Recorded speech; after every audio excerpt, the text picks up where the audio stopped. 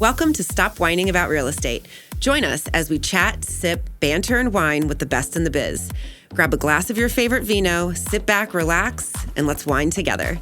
Welcome, everybody, to Stop Whining About Real Estate. I'm Emmanuel Saint-Germain, your host, and I've got my co-host, Sarah Biernbaum, today. We've got a very special guest. We've got Adam Kofsky, who is a loan officer here with our company, Choice Mortgage Group. Woo-woo. And he is the first, yes, big woo-woo. And then he's the first individual that we have brought onto the show from within our company. And there's a very special reason because he has a very unique and special role. So I want him to kind of talk about that. But first, welcome to the show, Adam. Thank you. I love having you here. Yeah. You're the two people I speak to the most throughout the day, so all the cameras and microphones, a little change of pace. Yeah, don't worry. We're going to be so much nicer to each other now. Yeah, we're going to pretend like we all like each other. Well, I will say before we get started that the biggest compliment that I've had since I've been here was when we were at one of the Christmas parties that a realtor came up to me and he said, are you guys all really close? Because it comes off like you guys are really good friends and actually genuinely care about each other. And I was like, it's part of my paycheck. Yeah, paid actors. We're paid actors, right? No, I was like, well, it's very observant because it's true. We spend a lot of time here in the office together. We spend a lot of time out of the office together. Everything that you're seeing is 100% authentic. So it is. It's like a family. And see, and part of that means that, you have to have some tough skin sometimes because like all families, families sometimes don't get along perfectly well every day, but things are said sometimes to other family members in love. Ah, that's where we're going with that. I thought you were going more every family has a bully. Got it. Okay. Sarah, no one's calling you a bully. It's well, look, the people that care about you most are always going to be the hardest on you. That's for sure. That is true. Yeah. So we had a thing. So long before you, Adam, when we worked for our prior company, it was very well known that I wouldn't talk to people for like 6 months, and just like you didn't know if they were staying or going, and like just he didn't want to waste his time. Yeah, just I don't have like it's exactly it. Like there's some people who are just overly friendly in the beginning, and God bless you if that's you, but it's just not me. Like you got to prove yourself that you're part of my team. And so for me, I think actually for you, it was very different coming in because, with the nature of your relationship with your father, we already knew you come from good stock and good people. So it was really cool to have you. But so let's glad start to be here in both ways, on the pod and at the company. Awesome. Glad to hear it. Well said. Points for Adam. Sarah, you're down one. I'm just kidding. I take this abuse every week. Adam, talk to us a little bit about growing up in a family of mortgages. Were you influenced by dad in order to get into the business? Like what brought you into it? So like you, I started off in sales in the car business. And throughout the years, I met many people in the mortgage business through my dad. I'd meet him in Orlando for the FAMB and, meet people at the trade show. And then we'd always make a vacation out of it and go to Universal. Just made a number of contacts in my late teenage years and my early 20s. So when I started selling cars, everyone that I had connected with started saying, well, why don't you get into the mortgage business? You were made for this business. You are your dad's clone. This is what you should do. So it was a lot of outside pressure. And then I think when I was ready to make the jump, obviously I utilized some contacts that I met from over the years and the relationship with my dad to, make that switch. I think as far as being influenced that, you guys get to see me on the phone every day. I think that if you were to put a video of my dad on the phone next to a video of me on the phone, that it would look eerily similar. Really? When I started in the business, I just was like, okay, I know how to do this. I watched my dad do this for 20 years. And I think that some of the mannerisms and expressions and way that I talk on the phone, could be very, very similar to him. So I think that, my dad absolutely played a very large role, and he's someone that I continue to lean on to this day. He's been in the business for 40 years last week. Wow. Wow, very cool. So talk to us a little bit about so one of the things you talked about was the transition and the sales. What I loved about the car industry for me was that it really, really taught me a very systematic approach to selling and to have an actual process. And then from there, you can start to play with the psychology and have different, and learn how to kind of use that to your advantage, Right. and to make sure that you're solving problems, et cetera. But what is it about what do you think is the major difference from selling a car versus selling a mortgage? And do you think we're making a mistake by not going after more car salespeople to convert them into loan officers? You might be onto something there. I mean, that we're not the only ones. I mean, there's plenty of people that have made the jump. I think that car salespeople come from a more salesy background than people who start off right into mortgages. There's a lot more obstacles, I think, that you have to jump through as far as the sales piece, because you're selling a tangible product. You're selling a product where you need the person to choose that product.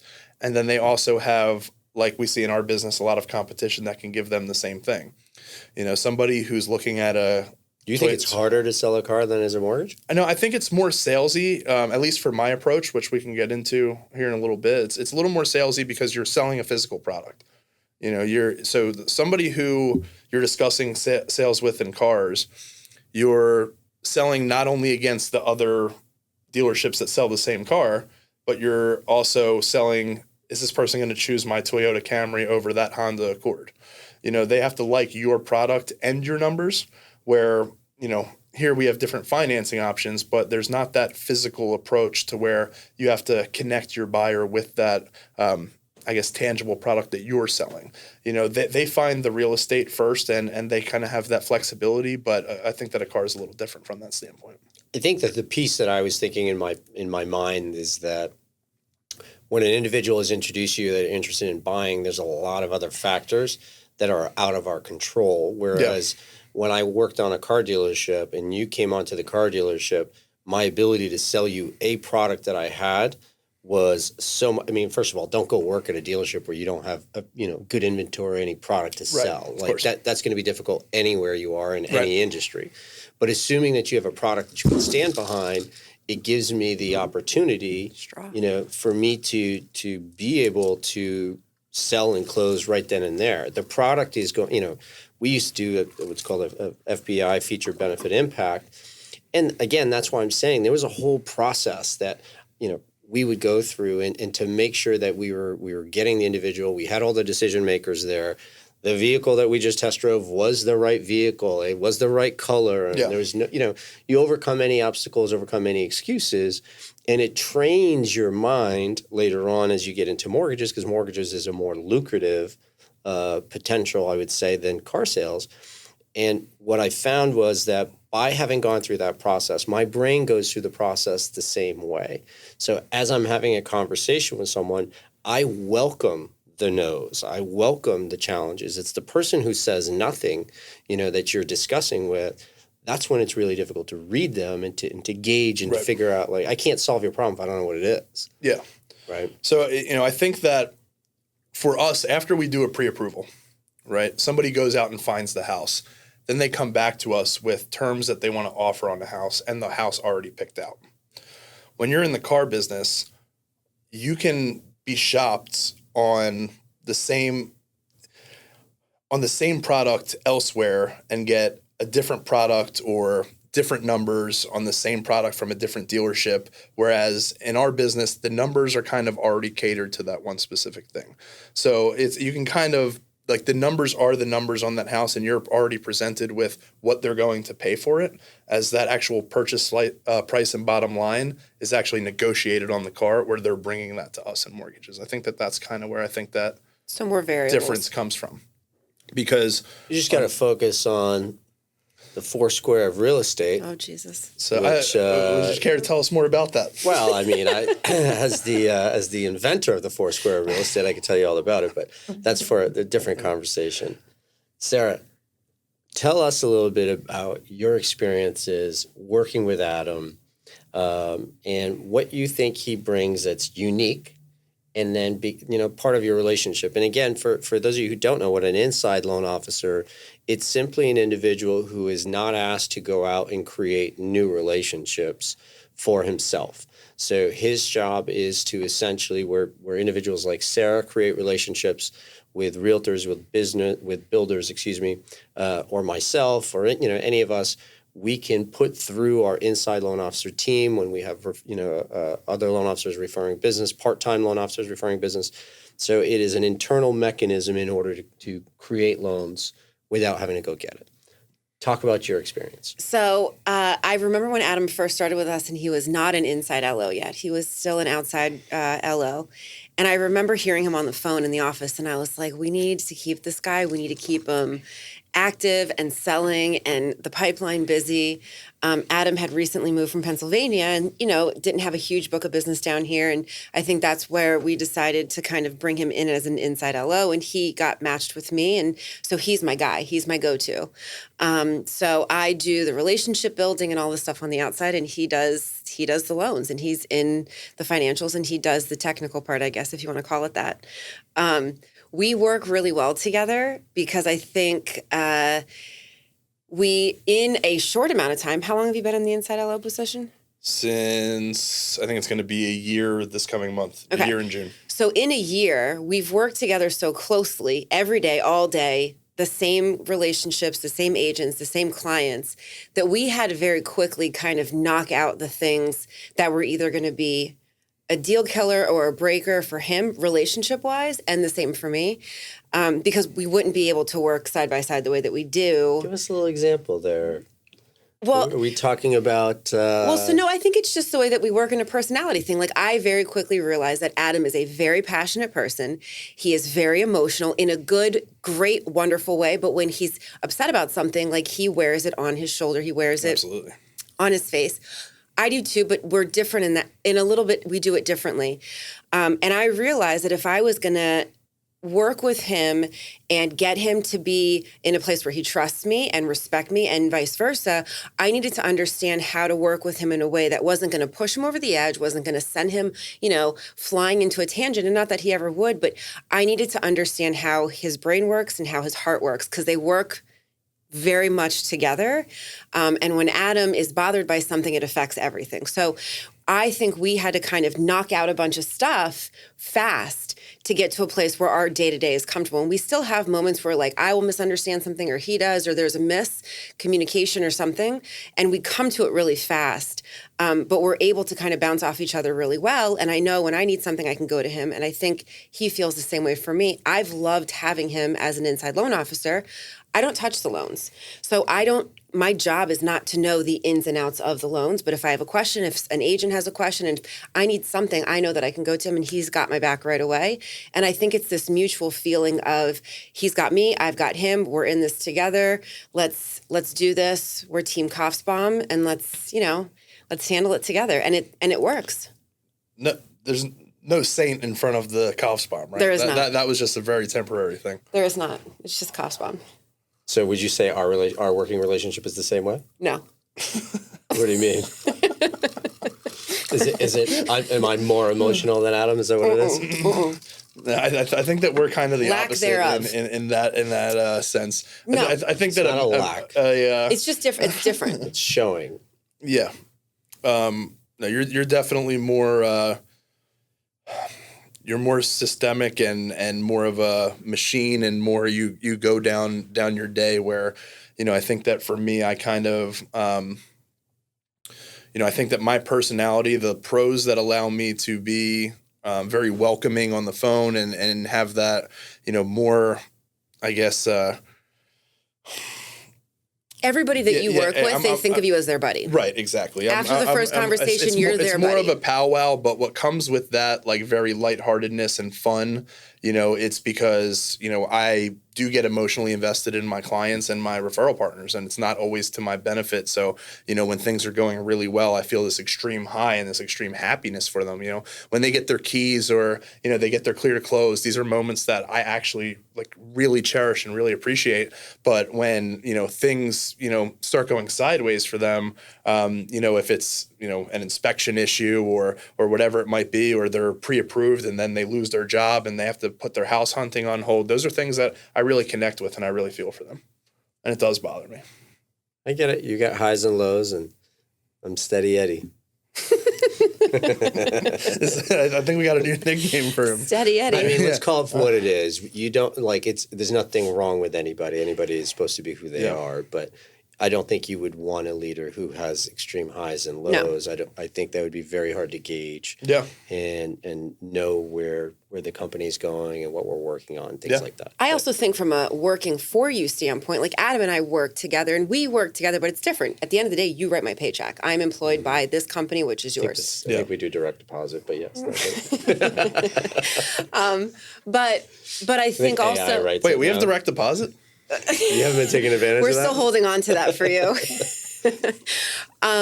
No, but I think you're right. I think if you had more of this like emotional kind of side to you, it would be hard to gauge. And every day I know for me, because I feed off of people's emotions, which is a benefit to me because I'm able to connect really well with people, but then also I feel everything all the time and it can be draining. But if that was your way of doing things because of how closely I work with you in a different way that you and I work together, I would come in every day going, let me spend the first 2 hours gauging how he is today so I can kind of get my path together of how I'm going to be today. And that would be tough. So Steady Eddie is the way to be for you. Steady Eddie, I think, is a better way. I will say, I do know one of my knocks is I don't tell people they're doing a good job enough. And we've had this conversation off air before. To me, working, I love what I do, and hard work is not something that, I believe deserves a pat on the back. It's what you're supposed to do. That's normal, and that's where I come from. And it comes, I've always been a leader, a captain in every sports team, and I don't need the crazy riveting speech. Just watch what I do, hop on my back, let's go. Watch that I'm willing to run through a wall for any one of you, whether I say it or not. And I think that, obviously, so, I mean, I can take the opportunity to say that you guys are both doing a great job, and I love your friendship, and I love working with you guys. But I think that it's really about understanding one another and who we are. And I think that as we grow, I know that I need to do a better job complimenting people, saying that to do. But it's something that's not natural for me. It doesn't mean that I don't think it. It's just like some people don't delve into their emotions, right? Some people are much, colder. Doesn't mean that they're not emotional. And some people are way too emotional. They're all over the place.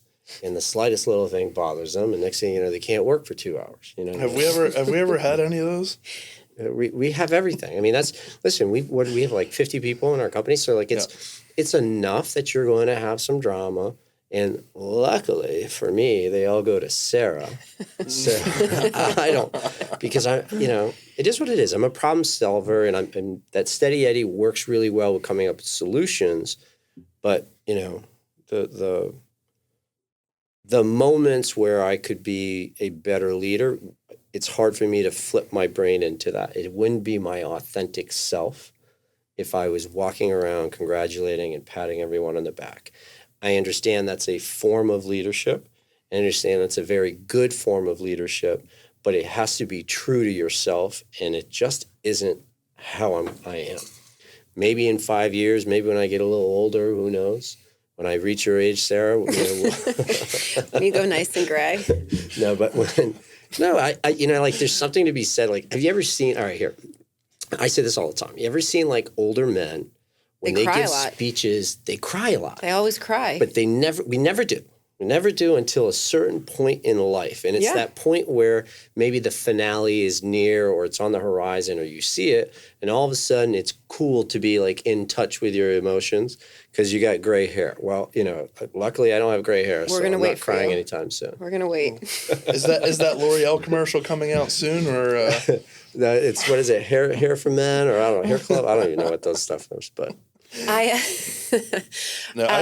agree. I think that you wear a lot of different hats, and I think that what we experience all the time, that when we talk about logging calls and putting in notes, is that I think that the most difficult part of our business is, being able to turn the switch on and off, from being in that sales mode to being in that data entry mode to being in that, file review mode. And then, in your position, you obviously have more responsibilities on top of being a standard LO, to where you're wearing all these different hats. So then to have time to,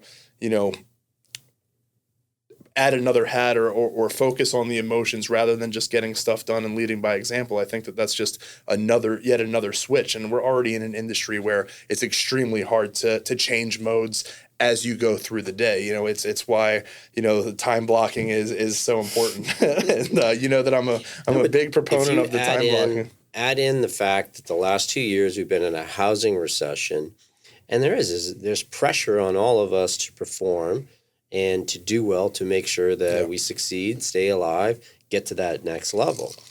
And I think that, like they say in sports, so Sarah, we're going to give a sports analogy. Is this a Tom Brady reference? It's not a Tom Brady, No but way. As they say in any locker room, winning cures all problems. Yes, absolutely. Right? It's the same thing. I think in any industry, we went from making so much money to having the rug pulled out from us. Yeah, the faucet shut off overnight. Yeah. Literally 50% decline in the market.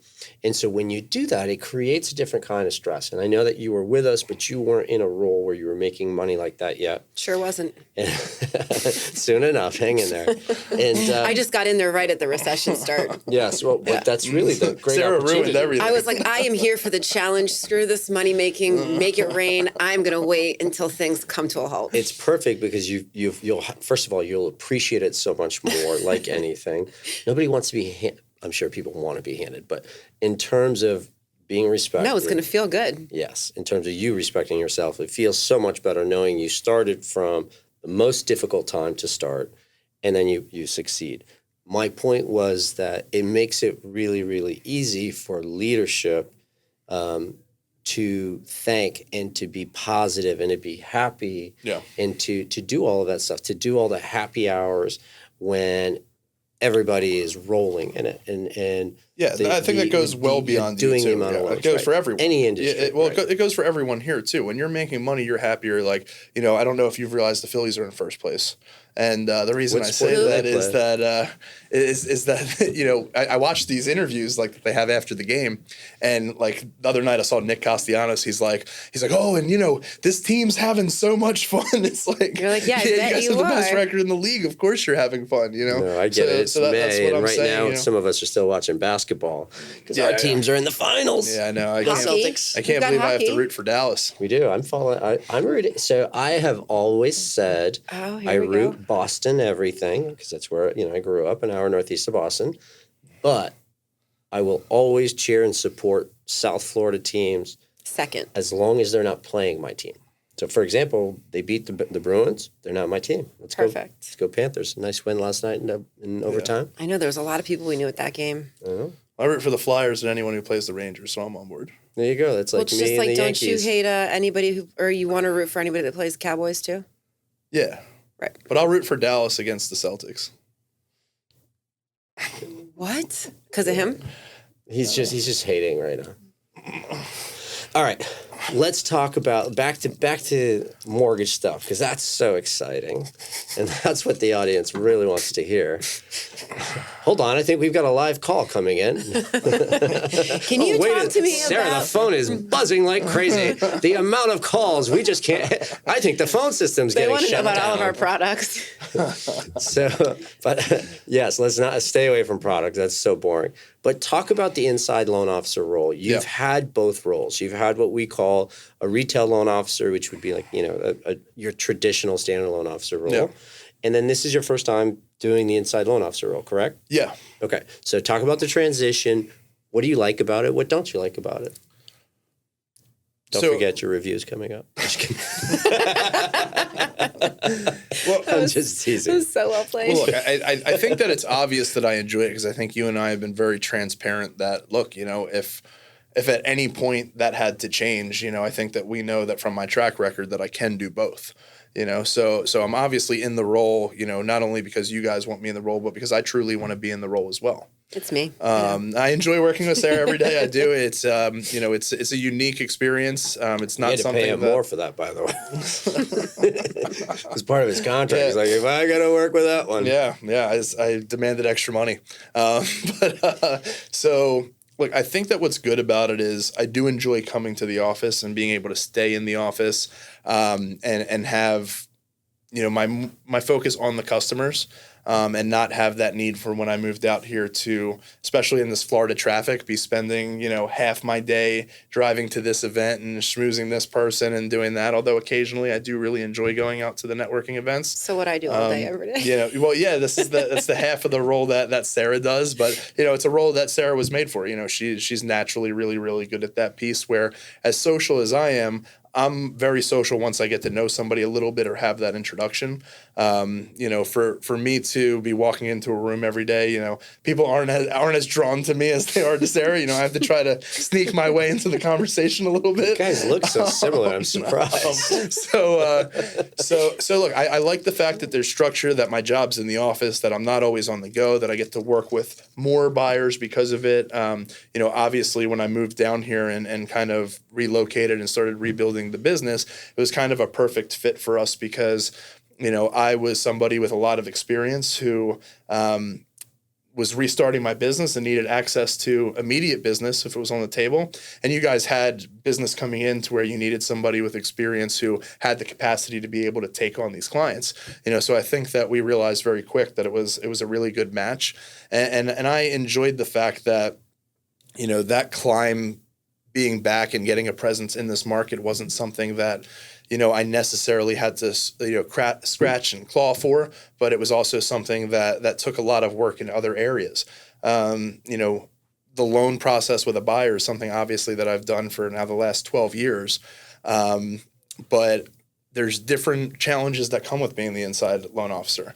I think that when you're an outside loan officer, you view an inside loan officer as someone who, they're just handed all their deals, right? They just walk in and they get handed. But what you don't realize is that you're accountable to so much more than yourself. When you're an outside loan officer, you're responsible for yourself, your business, your agents, your clients. And if you make that person upset or you make a mistake or you don't deliver to 100% of your capabilities, ultimately it's on you. In my role, although I don't have to go out and hunt and don't have to go to these networking events, and Sarah does a lot of the hard work, for me on that other end, you're accountable to much more than just yourself. And when you come to work every day and when you need to deliver, you need to keep more than just yourself in mind, and you need to be able to answer to more than just yourself, and because Sarah has relationships with other people, and when I, don't deliver to 100%, or in the case that I wouldn't, then it's not just me that has to answer for it. So I think that is that a new viewpoint that you've thought of before, Sarah? We've had this conversation. You have, okay. Yeah. So that because I think it's a part that is really nice to hear, is that, and it's true. As a loan officer, typically you are out on your own, and you've got no one to share your success with and no one to share your losses with, other than yourself. But in his role, there's a greater pressure. He's sitting behind Tom Brady, of mortgages. And can we roast you like he just got roasted too? Sure, I don't have an ex-wife, so it's gonna be nice and easy. I did get told today that I look like Jimmy Garoppolo. Oh wow. No, but I think that's I think it is. I think it's a really good point to talk about there is, and I guess I never really think of it that way. Maybe you guys talk about it, but the additional pressure of needing to perform for multiple people, the accountability. Now, that being said, I think that's an even greater opportunity, because people really it's a fast way to be the man. Yeah. Right? It's a fast way to get recognition, to get the pat on the back. Hey, we just did this. Hey, we just did that. So I think it's an interesting role. I definitely think it's a role we're going to have more of. Yeah. And I think that recruiting loan officers, it's so competitive right now. they don't know. And here's the problem. All recruiters are liars, no offense, but they just are. So they are. Everyone talks about how great the game is and what someone else, they always want to make their company sound amazing. And then you get there and they're just not honest, because honesty doesn't always sell the best way to other salespeople.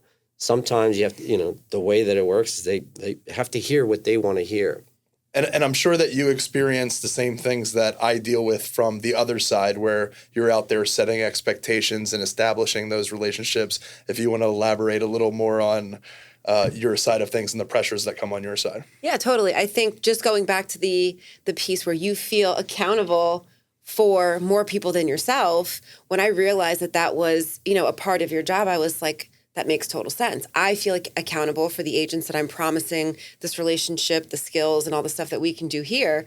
Also, in some of our partnerships, there's a broker owner that I have to be, the one that's going to answer to them. So when I felt you're and I think it wasn't the accountability of disappointing me, it was organizing your day and just keeping yourself moving and organized in a way that an outside LO may not do because it's just them, and then having different checkpoints. Yeah. And so for me, it's kind of the same thing. I have a checkpoint with you. I have a checkpoint with him. I have a checkpoint with our broker owners and our partners and the agents. So I think, we're both, and I think that's why we work really well together, is because we're both in this together. And I think that's the biggest difference between an inside and outside LO. Technically, you're an outside LO when you are working on the loans, and it's your world, your clients, your agent.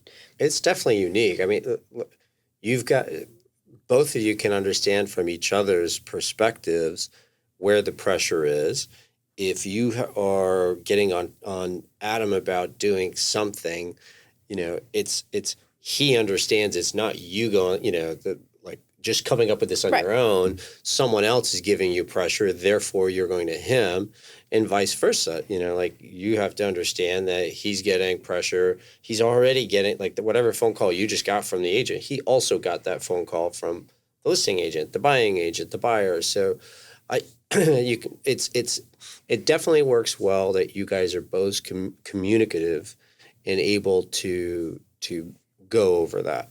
What we don't want to do in for any relation, this is any relationship, not just work, but you don't want to get angry at each other, hold stuff in. You've got to be able to communicate. You've got to be able to speak to each other as adults. You've got to be able to work together, share your feelings, and then you work it out. And that's why there's a couch in Sarah's office. That's where everybody comes. Yeah. Yes. No, I mean, I think that, Sarah and I have been very good at getting our feelings out on the table when we reach a level of frustration, because she's out there promising things that ultimately I need to deliver on a lot of times, right? So who knows what she's saying sometimes. All the things. You can just call Adam twice if his phone's on Do Not Disturb, and he will answer at 2 a.m. Right? So it's, that's the difficult part, is that the expectations are not always set by you. And you have to, work hand in hand with the person who's setting them, because those expectations, are what you need to follow through on and deliver on. So if you're not communicating, where your day's at, where your week's at, where your head's at in general, then you're not going to be able to deliver on the expectations if you're not completely in line with what's going on. And ultimately, when you work with someone that close, if you're not communicating, frustrations can happen easily. I mean, rarely do Sarah and I ever not see eye to eye on certain things, but there's been a couple times where we've just taken a walk over to the cafe, gotten a Celsius, talked it out in 5 minutes, and we come back in here and do our jobs. And I think that we've handled that very well as a team. I agree. And to add to the pressure to that, though, because you and I work together as well, and there are transactions, so there's a combination of working with the owner, right? Working with someone who, and then all of a sudden working with a loan officer, and we're both loan officers, so we run that same, we do the exact same thing, but it is a little bit different. It's not that Adam's not caring, but it's always going to be a little different when it's yours. Your kid, you're going to treat differently than someone else's kid, right? Your kid. And it just is what it is.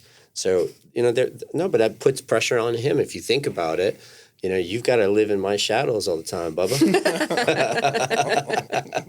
I think that I'm a little bigger than your shadow, so it's I'm sneaking out from behind it a little bit, but no, look, and I think that that's also another thing is it's also something that you have to look at is, we're working in different levels with you who you do own the company, but you also operate in a role that's very similar to ours. So I think that there's also, a challenge that comes on Sarah's side where, we obviously both work with her very closely in her role. And as much as me and her need to work hand in hand, that there is a component where she does work for you and does work for the company where, that goes into her prioritizing what she does and trying to deliver as best as possible. I think we've tried, though, through our core values to really try and simplify the process and where my decision making comes from. Yeah. And, at the end of the day for us and for anybody, we'll put a picture of our core values in the show notes. But it's really, it's the client experience, the referral partner experience, and our employee experience. And that's where every decision is made. Nothing is personal. It's all about trying to make sure that our culture and our wow effect in that Venn diagram is really where everything is. So for me, although yes, when I do loans as a loan officer. The way that it works is my loans don't take precedent over yours. They don't take precedence over anyone else. I don't change my system to be any different than anyone else's. And I do that for several different reasons. Number one, I'm in the trenches with you. Yeah. The difference is the second I see something I don't like, it gets changed. And if it's not something I don't like in terms of me as an individual, it's how did this, whatever the issue is, whatever the mistake was, the lack of communication, anything that can happen through a loan, and which is a lot of different things. How did this impact the client experience? That impact affected the referral partner experience, which then led to the employee experience. And I'll give you an example. I forget what the mistake was or whatever it was. It doesn't really matter. But I used that particular mistake or lack of communication or misunderstanding, whatever it was. And I said, hey, I just want you to understand. Right. And it's not to point of it doesn't matter. You make mistakes, she makes mistakes. I made a mistake in 1991, but I'm just kidding. I make mistakes every day. We all make mistakes. That was the year I was born, by the way, but you guys probably remember it better than me. Oh my God. Yes. So he's not my son. Let that you guys just keep walking right into these. So, but my point is that through that, I used whatever it was and said, look, I just need you to understand, because as a salesperson, I feel like we see it. You're in sales too. We see it.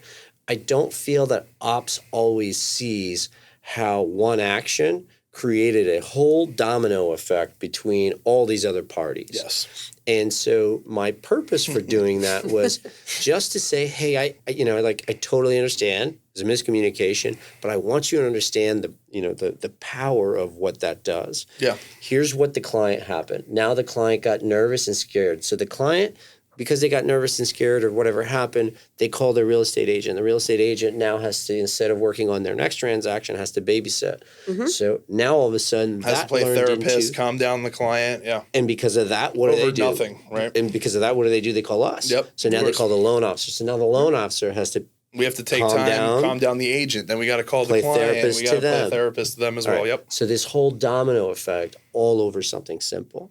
And simply to say, hey, what you do is really, really important, and which is why I'm so proud of the ops team that we have, because they understand that. Yeah. They're not perfect. They never will be, just like we'll never be perfect. It could be either, over something so simple when you're in ops, you want everything to be so tight, and you want it to be presented, so perfectly. When you go back to underwriting to get your approval, there's sometimes where I've in the past, I've seen an email go out where we're asking for 3 things that are just simple things that you can go online and get in 5 minutes. but it's just presented in so much detail that when you look at the text, when you bring up the email, that like if certain personalities like, oh my God, they're asking for so much, but you can go on your online banking and pull it all out in 3 minutes. So sometimes, to what you were saying, from a sales perspective, we see that where, we like to simplify things, make the client experience very simple, but from an ops perspective, they want to make sure they're as detailed as possible so they don't miss anything. And that's kind of where we need to set our expectations properly. Well, it's really, really hard to have both. It's really hard to understand and to be the structure, the detailedness, the organization, the things that most salespeople lack is exactly what ops has. Are you going to go into the fact that you're all for? This isn't about me. I know, but you happen to be. I did want to chime in and say... all right. If you want to pat me on the back, go ahead, sir. I certainly wasn't going to. I'm going to pat you on the back a little bit right here, because this is what I was going to say real quick, is that the two things, and I've worked for, and I'm sure we'll get into that in a little bit, working for, we're going to wrap almost up. off the clock here, that's pal. fine. Come on. I'm having a good time. I got places to be. None of us clock in here. Yeah, so, whatchamacallit is... the two things that I'll say that's very refreshing about working, here and working for you is that, Sarah's very interested. She's like, what in the world is he going to say now? And I've worked for, he's going to say something for small brokerages. I've worked for big banks. I've worked for mid-sized companies, direct lenders. Is that, out of everyone I worked for, you always say there's nothing I'll ask you to do that I wouldn't do myself. And I think that you do prove that on a day-to-day basis. And that's a very, very big deal. It actually absolutely goes noticed.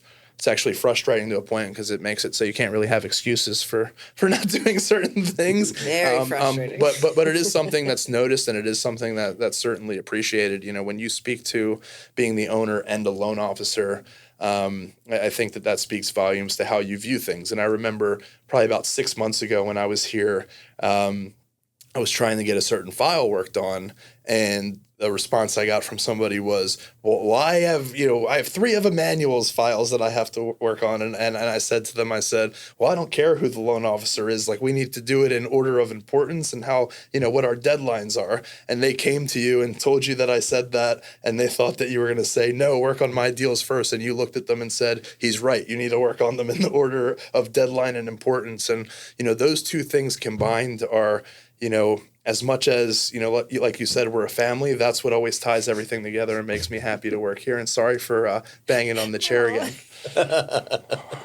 All good. Well, thank you. Thank you for being part of the family. We're happy to have you here. I'm really happy to have you. All right. One last question that I do want to discuss. There are several different types of companies. Your prior experience coming to here, we're working for very large IMBs, which is an independent mortgage banker, is what we're called. Talk to the audience in general about, I guess, both from a client experience and then also from, let's use our core values. Client experience, referral partner experience, employee experience, what's better, what's not, things like Plus that. minuses. Sure. Pros and cons. Everything has pros and cons. We're not perfect gang, so I don't pretend that we are. I think that also the market has a lot to do with some of the pros and cons. Fair. I'll preface it by saying that, right now people are like, oh, we have 48-hour turn times. Well, right now everyone does. When the market's not super jam-packed and everybody's not at their full capacity, it's easy to deliver on certain things. Where you really find out what a company's made of is when they're closer to capacity and business is flowing in and everybody's busy and you see who's organized and who's well put together. I mean, when you're at a third capacity of what your company can do and things are slow, just like a restaurant that's a third full, you're going to get a lot better service. When you go to a restaurant that every table's full, are you still getting that level of service? Do they have the systems to provide for you? I think that, at some of the bigger companies, big banks that I've worked for, they have a lot of red tape. It's very much more corporate. Some of their systems tend to be dated because they have their own systems. They don't outsource a lot. So sometimes the technology doesn't always keep up with the times. I know that's something that we really value here is, being technology friendly, having automated follow-up systems, On-site IT is the best. I mean, look, you kind of get the best of the best of both worlds. It took me a second there. The best of both worlds with that. Where even uploading documents into our portal is very easy, and there's certain maneuverability that we have that some of the big banks don't have the flexibility. They have they're set and they're stuck there, and it takes them a big investment of time and money to move on from that. Then some of the independent brokers that are on their operate as a smaller shop that don't necessarily have the on-site resources that we have because they're on the other end of things. They're at the mercy of the other companies that they're working with and placing their loans with, and they're, essentially going to get treated on the level of production that they provide. And, just like, here we have, I always, when I'm on a sales call, I always make sure that I say, we have in-house underwriting. We have in-office underwriting. In-house underwriting, I had that when I worked for a large bank, but my in-house underwriter was 1,000 miles away at a processing center for that big bank. Here, I'm on the phone today. I'm talking to somebody who's like, well, how quick can you turn this around? And I say, I'm looking in my underwriter's office right now. Behind me, my CEO is meeting with our processing manager. So I said, that's how, quick we can move things along, is that, we're big enough to where we have the on-site and in-company resources, but also small enough to where we're just not so bogged down by these heavy investments we've made in our own infrastructure, and we have the ability to adapt. So that's kind of what my experiences are from being at a smaller place, a bigger place, and then ultimately here. Well put. There'll be some nuggets we can use on social media there for recruiting. Yeah. So well done. Yeah. Yes. So Get your check. right. Okay, you can pay him now. Just one thing that I want to add to that. I don't come from other banks. This is the first mortgage company I've ever worked for. But I've worked for big, huge companies. And the one thing that I noticed about here, probably one of the first things, was if there was a problem with something, a system, a process, the way that we did things, the answer was never, this is just how we've always done it, which you get a lot at big corporate structures. And I get why there's a million layers, and to pass anything, I get it. Yo, I'll solve it. Right. Check out the hook while my DJ revolves. Is that where we're going? Ice, Okay. baby. Picking up where I was putting down. But here, and we've always kind of been like this, if something's not working, and this is why our weekly meetings are so important, I think, is that we have an issue in something on the ops side or a sales side or wherever, and it's, all right, let's tackle this. How does this make sense? How do we fix this? How does it work for all three of the people that are really important, the referral, the client, and the team person? And I think that's super impactful, being able to work for a company that operates large enough to handle business, large enough to scale, large enough to do all of the big things, but then small enough in a sense to where that kind of stuff matters. As a salesperson, when you work for a huge company, the people up at the top that are making the decisions of what the salespeople need to do have never been in sales for the most part and don't understand what it's like to be the boots on the ground. Yeah. And they'll pass these things where you're like, this would never actually work in real life. And because everybody that's here, that's a department head or the CEO who's in the trenches with you, understand what the day-to-day is like, we can talk about that and solve it and fix it to where it makes sense for everybody involved. And so it's better moving forward. It's not just, well, that's just how we've always done it, so that's the way that it is. It reminds me of going all the way back to the car business where they would bring in some of these like outside trainers to give like a presentation on like sales to all the salespeople at the dealership.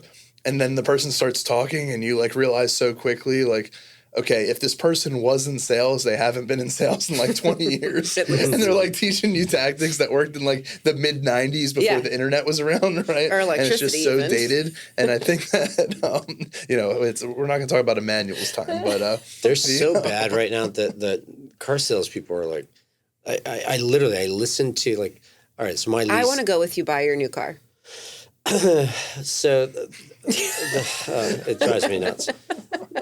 I'm actually, so you'd be surprised, I'm actually a really soft salesperson. Like, I'm easy to sell.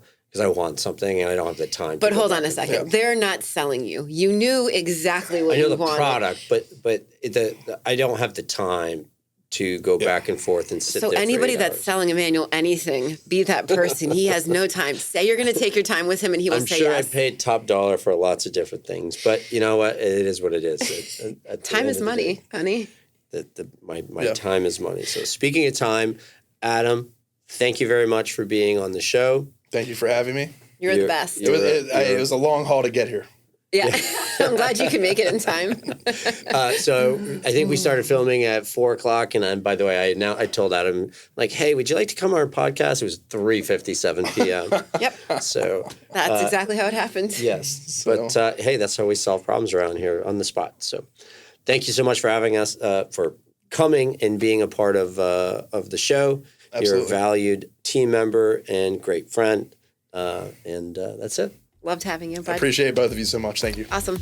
Cheers. Okay, that's enough whining for one day. We are so happy that you could join us today on Stop Whining About Real Estate. So please, not only listen, but subscribe, follow us, download, share, and if you're feeling it, give us a 5-star review. Hey, and if you'd like to be a guest on the show, please email stopwhining@choicemortgage.com. Thanks so much.